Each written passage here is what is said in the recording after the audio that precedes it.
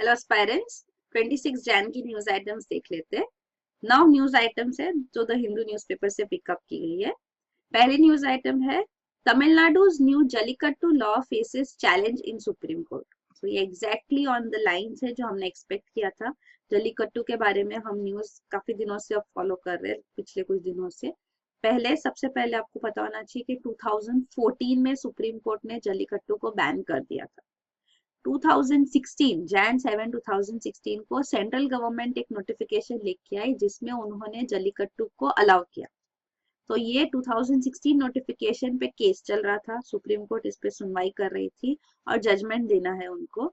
तो थोड़े दिन पहले हमने न्यूज में डिस्कस किया कि अटॉर्नी जनरल मुकुल रोहतगी ने सुप्रीम कोर्ट से अपील किया कि ये जजमेंट को डिले किया जाए, क्योंकि फिलहाल तमिलनाडु में सिचुएशन वॉलेटाइल है, पब्लिक प्रोटेस्ट हो रहे हैं, इमोशंस आर रनिंग हाई। तो सेंट्रल गवर्नमेंट और स्टेट गवर्नमेंट निगोशिएट कर रही है कि इसका सोल्यूशन क्या निकाले। तो उतने टाइम फ्रेम के लिए सुप्रीम कोर्ट से रिक्वेस्ट किया गया कि एक हफ्ते से जजमेंट डिले किया जाए। सुप्रीम कोर्ट ने ये रिक्वेस्ट एक्सेप्ट भी किया और जजमेंट डिले करने के लिए रेडी हो गई। अब फिर सेंट्रल गवर्नमेंट ने सुप्रीम कोर्ट को कहा उसके एक दो दिन बाद ही कि हम ये जनवरी 7 2016 का नोटिफिकेशन विड्रॉ करना चाहते हैं, क्योंकि तमिलनाडु लॉ ला रही है। तमिलनाडु ने एक पहले तो ऑर्डिनेंस लेकर आए, पर ऑर्डिनेंस से भी प्रोटेस्टर्स सेटिस्फाई नहीं हुए। उन्होंने कहा ये तो टेम्पररी प्रोविजन है, हमको पूरा एक्ट चाहिए लेजिस्लेचर से। तो लेजिस्लेचर इन सेशन नहीं थी, इसीलिए ऑर्डिनेंस लाया गया था। तो अब लेजिस्लेचर आ गई है इन सेशन, ये एक दो दिन थोड़े दिन की बात थी। तो ये सेशन में आ गई है, तो अब बिल फाइनलाइज किया गया है। ये बिल को भी अप्रूव करना पड़ेगा सेंट्रल गवर्नमेंट को, क्योंकि ये prevention of cruelty to animals act है 1960 का। तो ये एक्ट कंकरेंट लिस्ट में आता है, तो ये एक्ट सेंट्रल गवर्नमेंट का एक्ट है, तो इसको अमेंड कर रही है तमिलनाडु गवर्नमेंट। तो ये बिल जो उन्होंने बनाया है वो सेंट्रल गवर्नमेंट अप्रूव करेगी, मतलब प्रेसिडेंट अप्रूवल के बाद ही ये लेजिस्लेचर में तमिलनाडु में पास हो सकते हैं और ये लॉ बनेगा। तो ये बिल अभी तक पेंडिंग है with the central government with the president for approval. पर सुप्रीम कोर्ट को ये कहा गया सेंटर से कि अब हम जैन 7 2016 का नोटिफिकेशन विड्रॉ कर रहे हैं और ये नया प्रोविजन ला रहे हैं, क्योंकि तमिलनाडु गवर्नमेंट खुद ही लॉ बनाना चाहती है। तो ये उनका रीजन था कि हम इसलिए ये विड्रॉ कर रहे हैं, इसका कोई मतलब नहीं है। पर केस जो है वो उस नोटिफिकेशन पे ही चल रहा था, जजमेंट भी डिले कर दी गई। तो अब जैसे एक्सपेक्टेड था इस बिल के ऊपर भी केस इनिशिएट हो गया है। तो पिटिशन हैज बीन फाइल्ड। जो से main petitioner in the 2016 notification case जो थे animal welfare board of India, उन्होंने यहाँ पे भी पिटिशन फाइल किया है along with other animal rights activist against this bill. तो बिल तो अब तक पास भी नहीं हुआ है, the legislature is in the process of finalising it. और सुप्रीम कोर्ट से पिटिशन की गई, उन्होंने अग्री किया ये पिटिशन हियर करने को on staying this bill, because it is violating, the petitioners claim it is violating prevention of cruelty to animals act and also the constitution। तो इसीलिए वो चाह रहे हैं कि ये बिल को स्टे किया जाए। तो अब देखेंगे सुप्रीम कोर्ट का स्टैंड क्या होता है इस पे। जो ये मेन पेटिशनर है animal welfare board of India, ये आपको पता होना चाहिए ये सेम लॉ के अंदर बनाया गया है, prevention of cruelty to animals act. तो it's a statutory body established in 1962। तो ये फिलहाल मिनिस्ट्री ऑफ एनवायरमेंट फॉरेस्ट के अंदर आती है और ये फंडिंग भी प्रोवाइड करती है to all animal welfare organisations in the country. अगला न्यूज आइटम है enhance withdrawal limits for candidates, election commission to RBI. तो हमको पता है डिमोनेटाइजेशन के बाद विड्रॉल लिमिट्स लाई गई है, तो 24,000 एज सच विड्रॉल लिमिट है। तो ये एक हफ्ते में 24,000 विड्रॉ कर सकते। तो अब ये जो स्टेट्स है, 5 स्टेट्स है जहाँ पे इलेक्शन शेड्यूल्ड है, तो कैंडिडेट्स जो इन इलेक्शंस में कॉन्टेस्ट कर रहे हैं उनको अलाउड है एक्सपेंडिचर करना for the electoral process, appeal करने के लिए फॉर वोट्स। तो ये जो इलेक्टोरल एक्सपेंडिचर है वो उनको अलाउड है। ये मैक्सिमम लिमिट है 28 लाख पर कैंडिडेट इन पंजाब, उत्तराखंड और यूपी। और जो 2 स्मॉलर स्टेट्स है मिजोरम एंड गोवा, यहाँ पे भी 20 lakhs अलाउड है फॉर पुअर कैंडिडेट।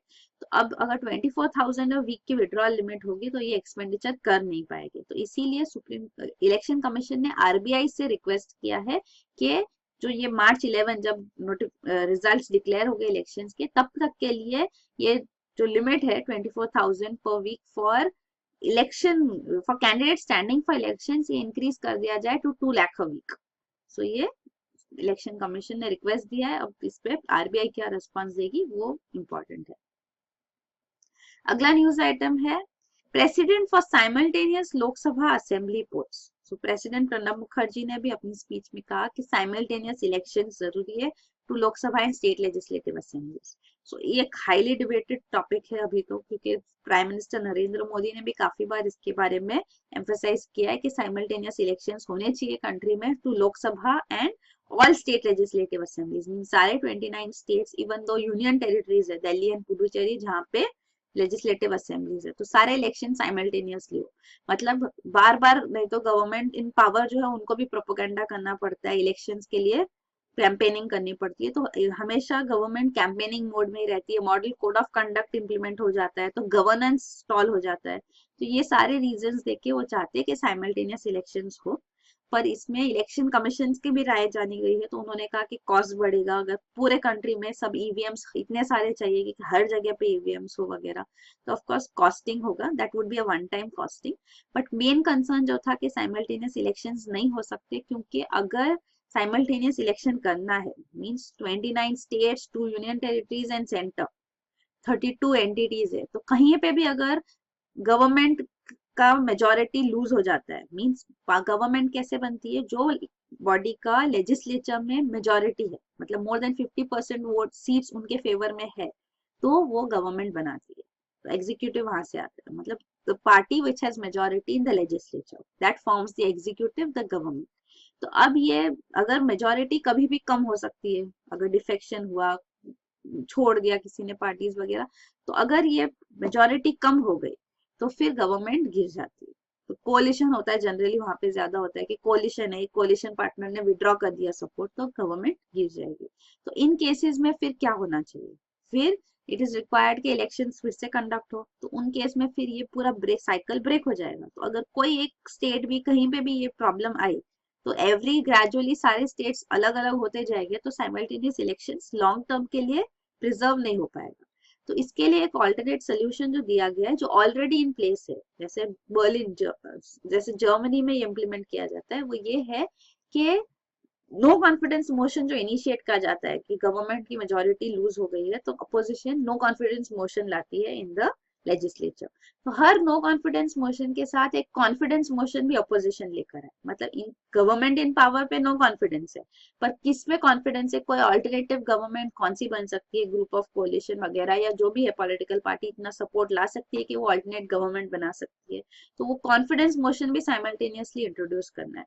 तो जो रिमाइंडर टर्म होगा उसके लिए वो गवर्नमेंट बनेगी। तो ये इसकी वजह से 5 ईयर टर्म जो होगा हर एक गवर्नमेंट का, वो हर लेजिस्लेचर में, सेंटर हो या स्टेट हो, ये प्रिजर्व हो पाएगा। तो ये एक सजेशन दिया गया है, दैट इज इम्पोर्टेंट।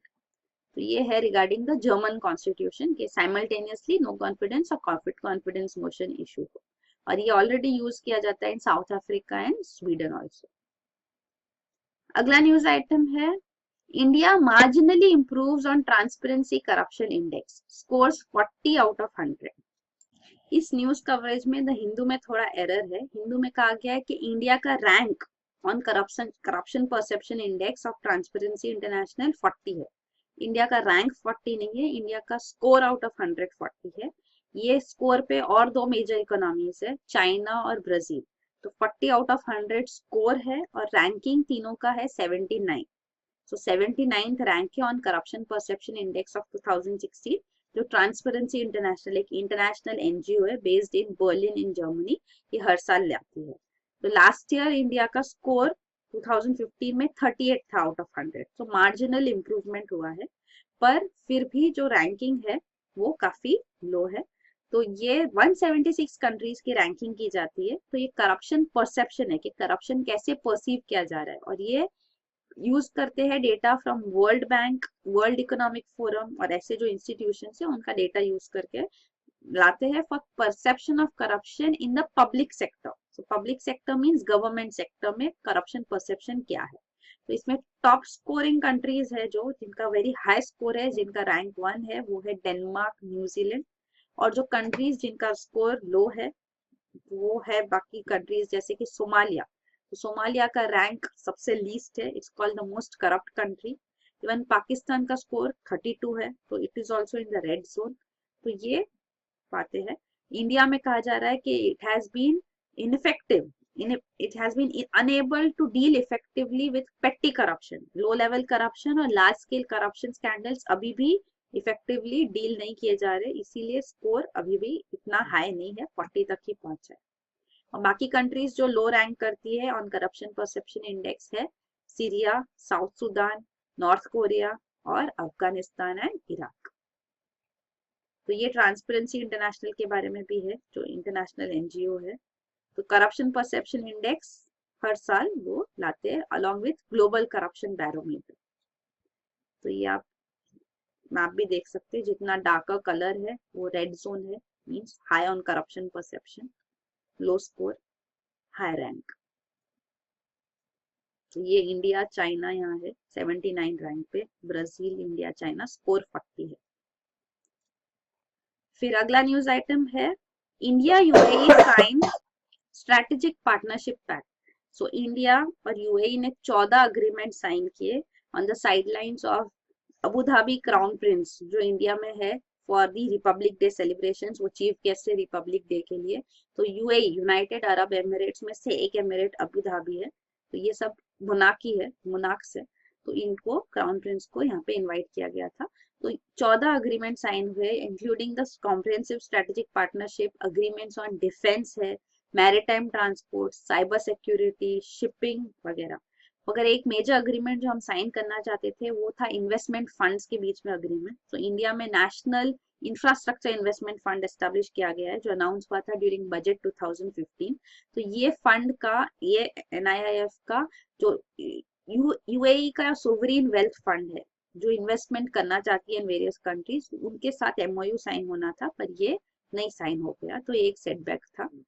तो NIIF के बारे में आपको पता होना चाहिए, ये इसको एस्टेब्लिश किया गया है as an alternate investment fund under SEBI regulations. तो इसमें 40,000 कॉर्पस अप्रूव हुआ है, तो 20,000 करोड़ रुपीज जो है 40,000 करोड़ का कॉर्पस, तो 20,000 करोड़ रुपीज गवर्नमेंट कंट्रीब्यूट करेगी और बाकी का 20,000 it will get from private sector. तो ये गवर्नमेंट का इसमें कंट्रीब्यूशन फिक्स किया गया है 49%। तो ये एक इनिशिएटिव लिया गया। NIIF is called fund of funds. तो इसमें इसके अंदर सारे इंफ्रास्ट्रक्चर सेक्टर्स के लिए फंडिंग किया जाएगा। तो ये सारे प्रोजेक्ट्स जो अनवायबल प्रोजेक्ट्स है, जिनको वायबल कराना है, वायबिलिटी गैप फंडिंग चाहिए, उनके लिए ब्राउन फील्ड प्रोजेक्ट हो या ग्रीन फील्ड प्रोजेक्ट हो, उनको फंड किया जाएगा। तो ये इंफ्रास्ट्रक्चर डेवलपमेंट के लिए फंड स्टैब्लिश किया गया है। फिर अगला न्यूज आइटम है India to fill strategic reserve facility at Mangaluru with oil from UAE। तो ये strategic reserve system हम establish कर रहे हैं क्योंकि oil एक major source of import है for India। तो हमारे पास reserve facility इसके लिए होनी चाहिए। तो एक facility establish की गई है मंगलुरु in कर्नाटका।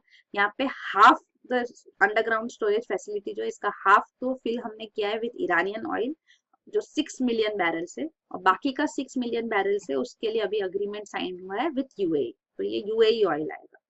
और ऐसे फैसिलिटीज जो हमारे पास है, एक वाइजैग में है इन आंध्र प्रदेश। तो यहाँ पे 7.55 मिलियन बैरल्स की कैपेसिटी है जो इराकी ऑयल ने अश्योर किया है, यहाँ पे भी ये फिल हो चुका है। और एक फैसिलिटी या स्टोरेज फैसिलिटी पदुर इन कर्नाटका, यहाँ पे 18.3 मिलियन बैरल्स की फैसिलिटी है। तो इसके लिए अभी बिड्स इनवाइट किए जा रहे हैं फ्रॉम सप्लायर्स। तो हम डाइवर्सिफाई कर रहे हैं हमारा ऑयल सोर्सेज और storage facility, reserve facility establish कर रहे हैं।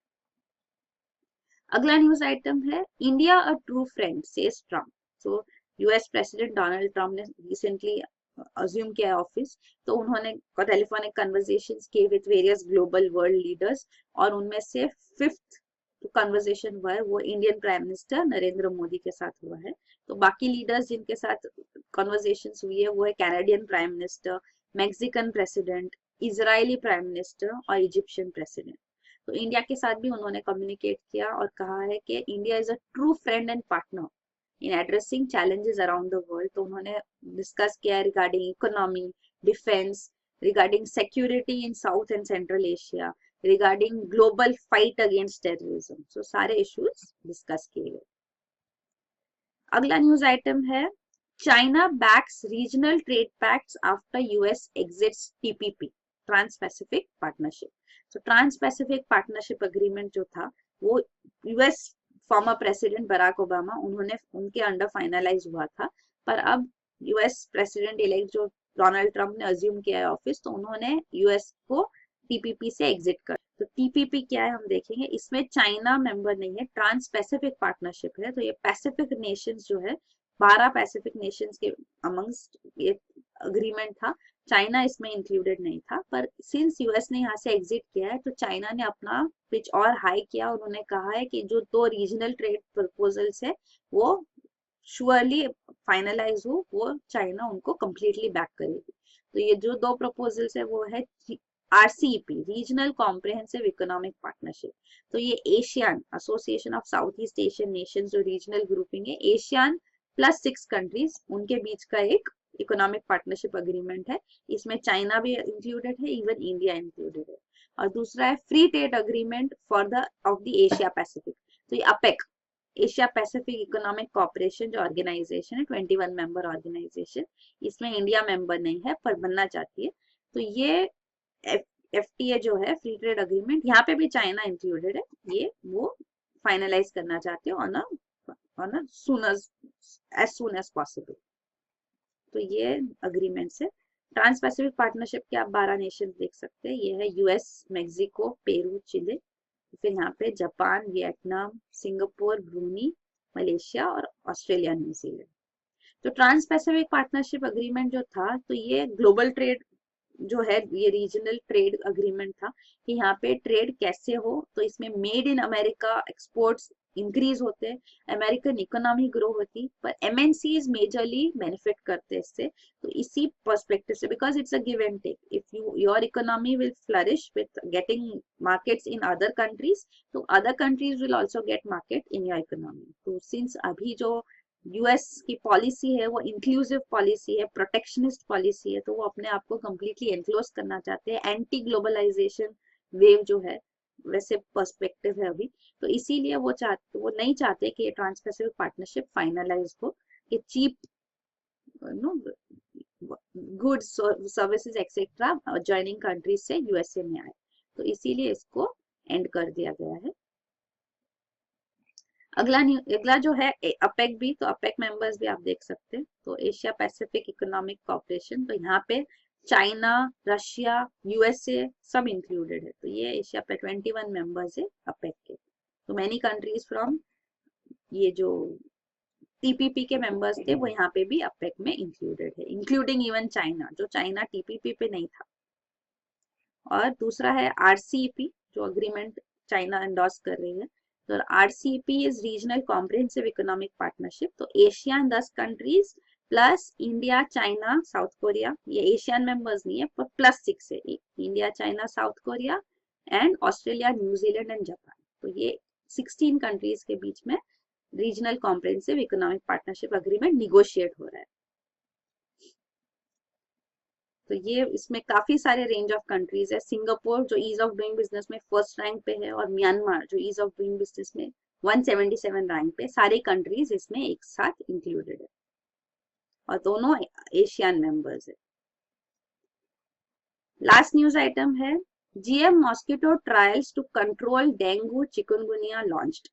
तो ये आउटडोर केज्ड ट्रायल्स हो गए to demonstrate the efficiency of GM mosquitoes, genetically modified mosquitoes, जो यूज किए जाएंगे to suppress the female Aedes aegypti mosquito. So female Aedes aegypti mosquito ये वेक्टर होता है for spread of the viruses like dengue, chikungunya and zika. So ये सारे viruses spread होते हैं through this vector. These are vector borne diseases. So ये Aedes aegypti female mosquito है, उनके थ्रू पास ऑन होते हैं। तो फीमेल मॉस्किटो ही बाइट करती है, वो ब्लड सक करती है, क्योंकि उनको अपनी एग्स को डेवलप करने के लिए ब्लड चाहिए होता है। तो ये मेल मॉस्किटोज सक नहीं करते, बाइट नहीं करते। तो मेल मॉस्किटोज को जेनेटिकली मॉडिफाई करके ये यूज किया जा रहा है। तो ये RIDL टेक्नोलॉजी यूज की जा रही है, release of insects carrying dominant lethal gene. तो ये RIDL टेक्नोलॉजी यूज करके जो जेनेटिकली मॉडिफाइड मेल मॉस्किटोज हो गए उनको एनवायरनमेंट में रिलीज किया जाएगा। तो ये सारे मॉस्किटोज जो भी ऑफस्प्रिंग्स आएगी, तो उसमें सारे ऑफस्प्रिंग्स एम्ब्रायो स्टेज से एडल्टहुड तक नहीं पहुंच पाएंगे, उससे पहले ही दे विल एंड। सो ये टेक्निक जो है, इसका लेबोरेटरी बेस्ड स्टडीज हो चुके हैं इंडिया में, 2012 से चल रहे हैं, और अब ये फील्ड ट्रायल्स इसके स्टार्ट होने वाले हैं। तो ये उस प्रोविजन के, इस टेक्नोलॉजी के बारे में है। तो ये मेल जीएम मॉस्किटो जो है वो बाइट नहीं करता, तो अगर वो स्प्रेड भी होगा और इसको इंट्रोड्यूस भी किया जाएगा इन सर्कुलेशन, तो उससे कोई नेगेटिव इफेक्ट नहीं आएगा। तो ये है alternate another vector-borne disease control method है जेनेटिक मॉडिफिकेशन का, वो है यूजिंग दिस वॉल्बाचिया। तो वॉल्बाचिया एक लाइफ शॉर्टनिंग बैक्टीरिया स्ट्रेन है। तो ये मेल्स फीमेल्स दोनों में इंट्रोड्यूस किया जाए, तो अगर ये वॉल्बाचिया इंट्रोड्यूस किया जाए तो ये मटर्नली इनहेरिटेड होता है। मतलब अगर फीमेल में ये वॉल्बाचिया बैक्टीरिया स्ट्रेन है तो वो इनहेरिट होगा इन द चाइल्ड। तो अगर ये बैक्टीरिया होता है तो वो जीका वायरस को स्प्रेड करने, रेप्लिकेट करने नहीं देता है। तो this is the benefit of this Wolbachia life shortening bacteria strain. तो वॉल्बाचिया का एक बेनिफिट ये है कि ये सेल्फ सस्टेनिंग है, मतलब ये कंटिन्यूसली होते रहेगा, हमको बार बार GM male mosquitoes in the environment introduce नहीं करने पड़ेंगे।